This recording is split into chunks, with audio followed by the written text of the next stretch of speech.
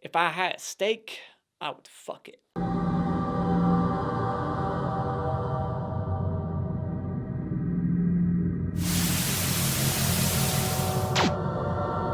So I just got done watching The Lighthouse. Now, if you don't know what this movie is, this is a black and white, artsy, slow burn movie by Robert Eggers, who directed The Witch, or some might call it The V-Vitch, because of its spelling. And that was also the same type of movie. Now, this is about two guys played by Robert Pattinson and Willem Dafoe. They're at a lighthouse. That's why it's called The Lighthouse. And they're slowly losing their mind, they're losing their sanity, and yeah, crazy stuff's happening. There's hallucinations, there's mermaids, there's jerking off, and some cum, and some crazy shit. Now, what did I think about this movie?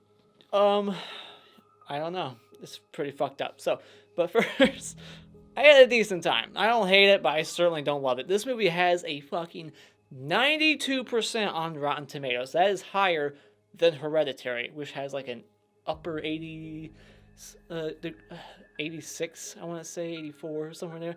Not that I give a shit. Like, I don't trust Rotten Tomatoes because, you know, they only choose certain people, and I don't trust, no.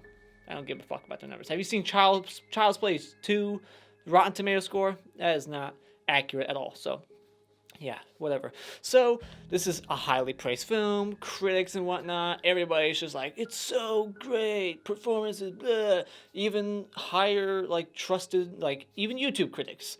You know, the top-notch ones that everyone likes to watch. So this is, like, the best movie of the year. And I've heard the smaller YouTube reviewers say that this is the worst horror movie of the year. So that's what really intrigued me to go watch this. I didn't ever really see a trailer. I didn't know much about it. I just read that it was black and white, had Willem Dafoe naked at one point, and someone was jacking off. And then this is a movie that like 6 months ago, when it was at the theater, like back in like September, October, quite a few months ago. So maybe not 6 months. But I remember I was gonna go see it in the theater, and then I read that, and I was like, nah, I pass. So, I don't know. I feel like this is probably better in the theater, so I'm kind of ashamed that I didn't see it in the theater. I feel like this is more for a theater experience, just with a crowd, so you can all just, like, be all in all with each other. Like, what the fuck are we watching? This is crazy. It definitely has some what the fuck moments in it. Now, what I will say that I like about this movie is that I think I agree with everybody. The performances are good. I think Willem Dafoe does the best. It's fun to see Robert Pattinson not playing a vampire or a werewolf like he does in the Twilight movies. And it would be interesting to see if he ever does become Batman.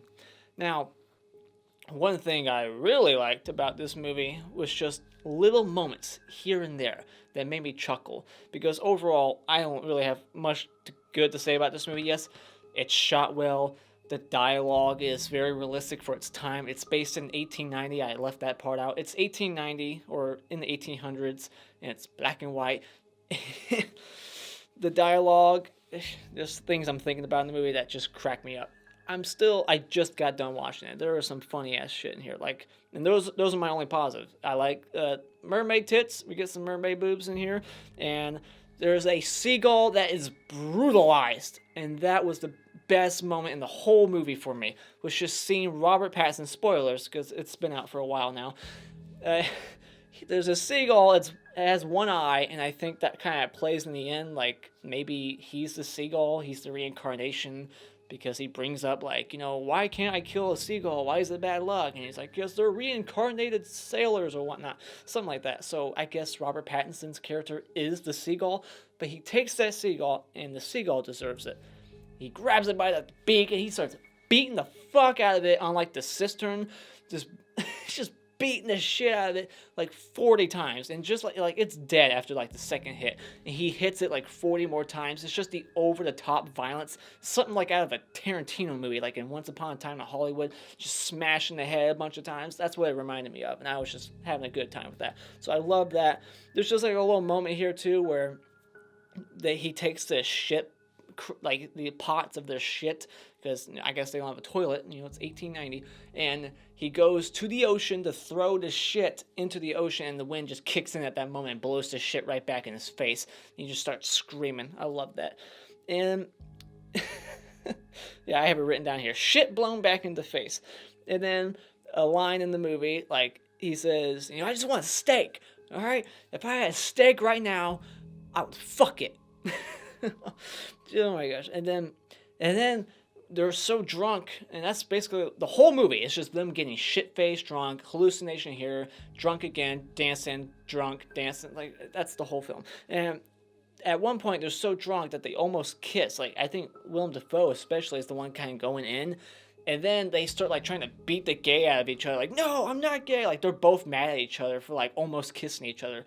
There's, like, beating each other in the stomach, just fucking gut punching each other. And then, like, it hard cuts and they're, like, hugging each other. Like it was all, like, they're okay now. They got out of their system. It was just a really odd scene. But I just kind of took it like they're just beating the gay out of each other. Like, no! And then I love what I call the Griswold rant, in Christmas Vacation, where he just goes in that rant, like, I want my boss with a big old bow on his head right here so I can tell that. And that big rant, I didn't memorize it. I wish I did. But you got the same thing going on here, except he's just saying it directly to the guy's face. He's like, I'm sick of you. I'm sick of your smell. Your goddamn farts. Your goddamn farts. I had a very good laugh at that one. So, yeah, just little moments in this movie that made me laugh. And that's the only, like, decent thing I got out of the experience. Was just laughter here, funny moment there. Other than that, I mean, yeah, like I said, it's well shot. It's got good performances, but that's it. Like, the story, I don't give a fuck. It's just, we've been here and done that, like, they're losing their sanity. Maybe this guy's not real. I don't know. I don't really give a shit. I guess this is just a movie that is supposed to create debates. Maybe there's theories out there. I haven't done my research on this movie, but I'm not that interested in learning about what I might have missed. And you do need subtitles when watching this movie, because it's spoken in old pirate dialogue. Like, it's... And Edgar's last film, it was Old English, and now we got pirate dialogue. So I guess that would get me to my first negative, but I would like to point out one small positive, and that's the realisticness of the axe wound in Pattinson's arm. I like that it keeps, like, pumping blood with each heartbeat, like, that's what it would do. It would just keep pumping blood out. So I like that attention to detail. So I like that. And he has... Willem Dafoe's character, he makes him basically his bitch. Literally, he makes him his bitch. He has him on a leash, and he's like, bark like a dog.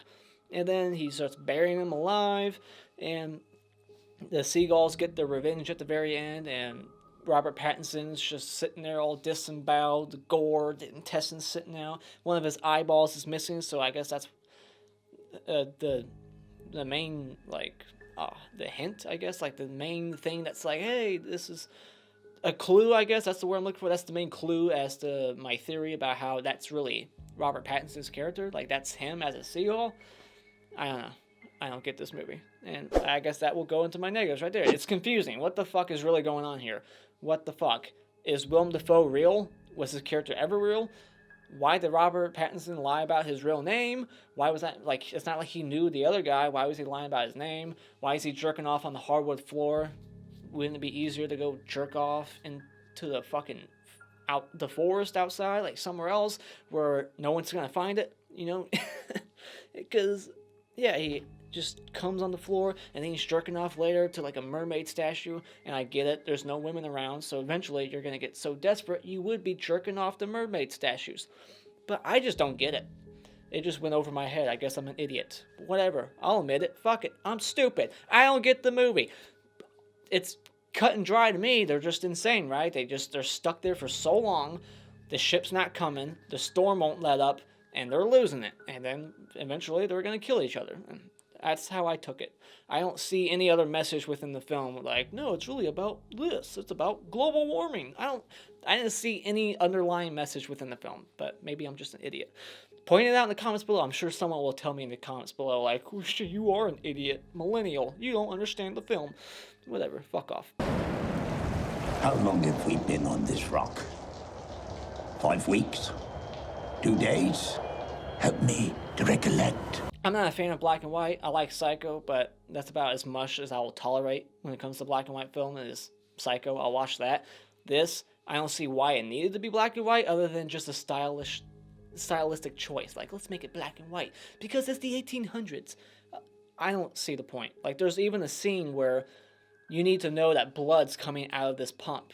I just thought it was black sludge or shit. And then I looked up the plot of this movie to see if I missed something, like, and then it said, like, and blood comes out of the pump. I was like, oh, that was blood? See, I would have known if it was in color. And there's some cool shots in the movie. Like I said, it's well shot. I would have liked to seen them in color, but no, it's all black and white. And the dialect, it's hard to understand the whole pirate talk. It kind of got on my nerve, especially from Dafoe's character. He spoke the most pirate-like of them all.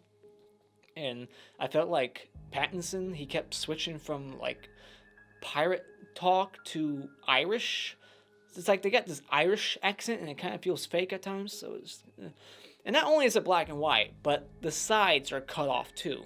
So you got a big old black bar on the left side of your TV and a bar on the right side of your TV. So that's also annoying, and it takes a while to get used to. But that's just nitpicky stuff. That's nothing to do with the story, the script, or anything like that. That's just as a viewing experience. It's black and white, and you got 2 bars on the sides of your screen. So you got to know that going into it.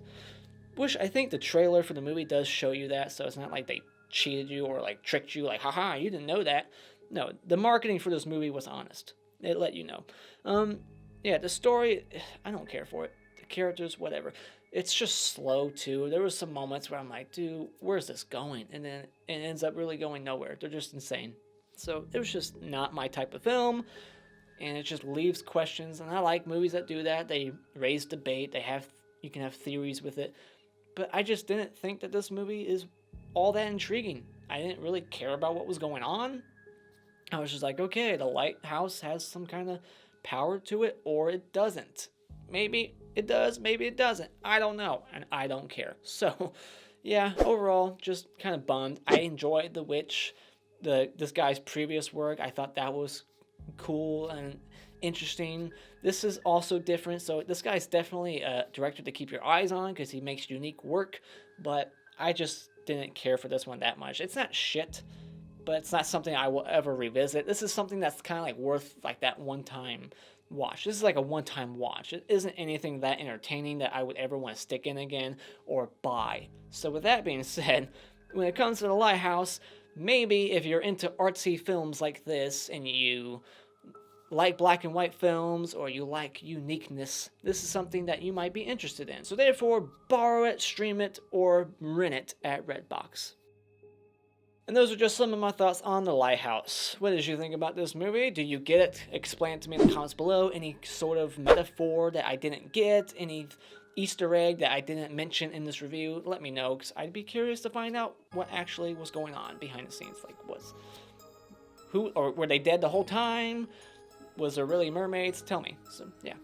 Put your thoughts on this movie in the comments below. If you like what you've seen here, you can like and share this video with all your friends and become a subscriber today just by clicking my cartoon face in about 5 seconds. And until next time, auf Wiedersehen.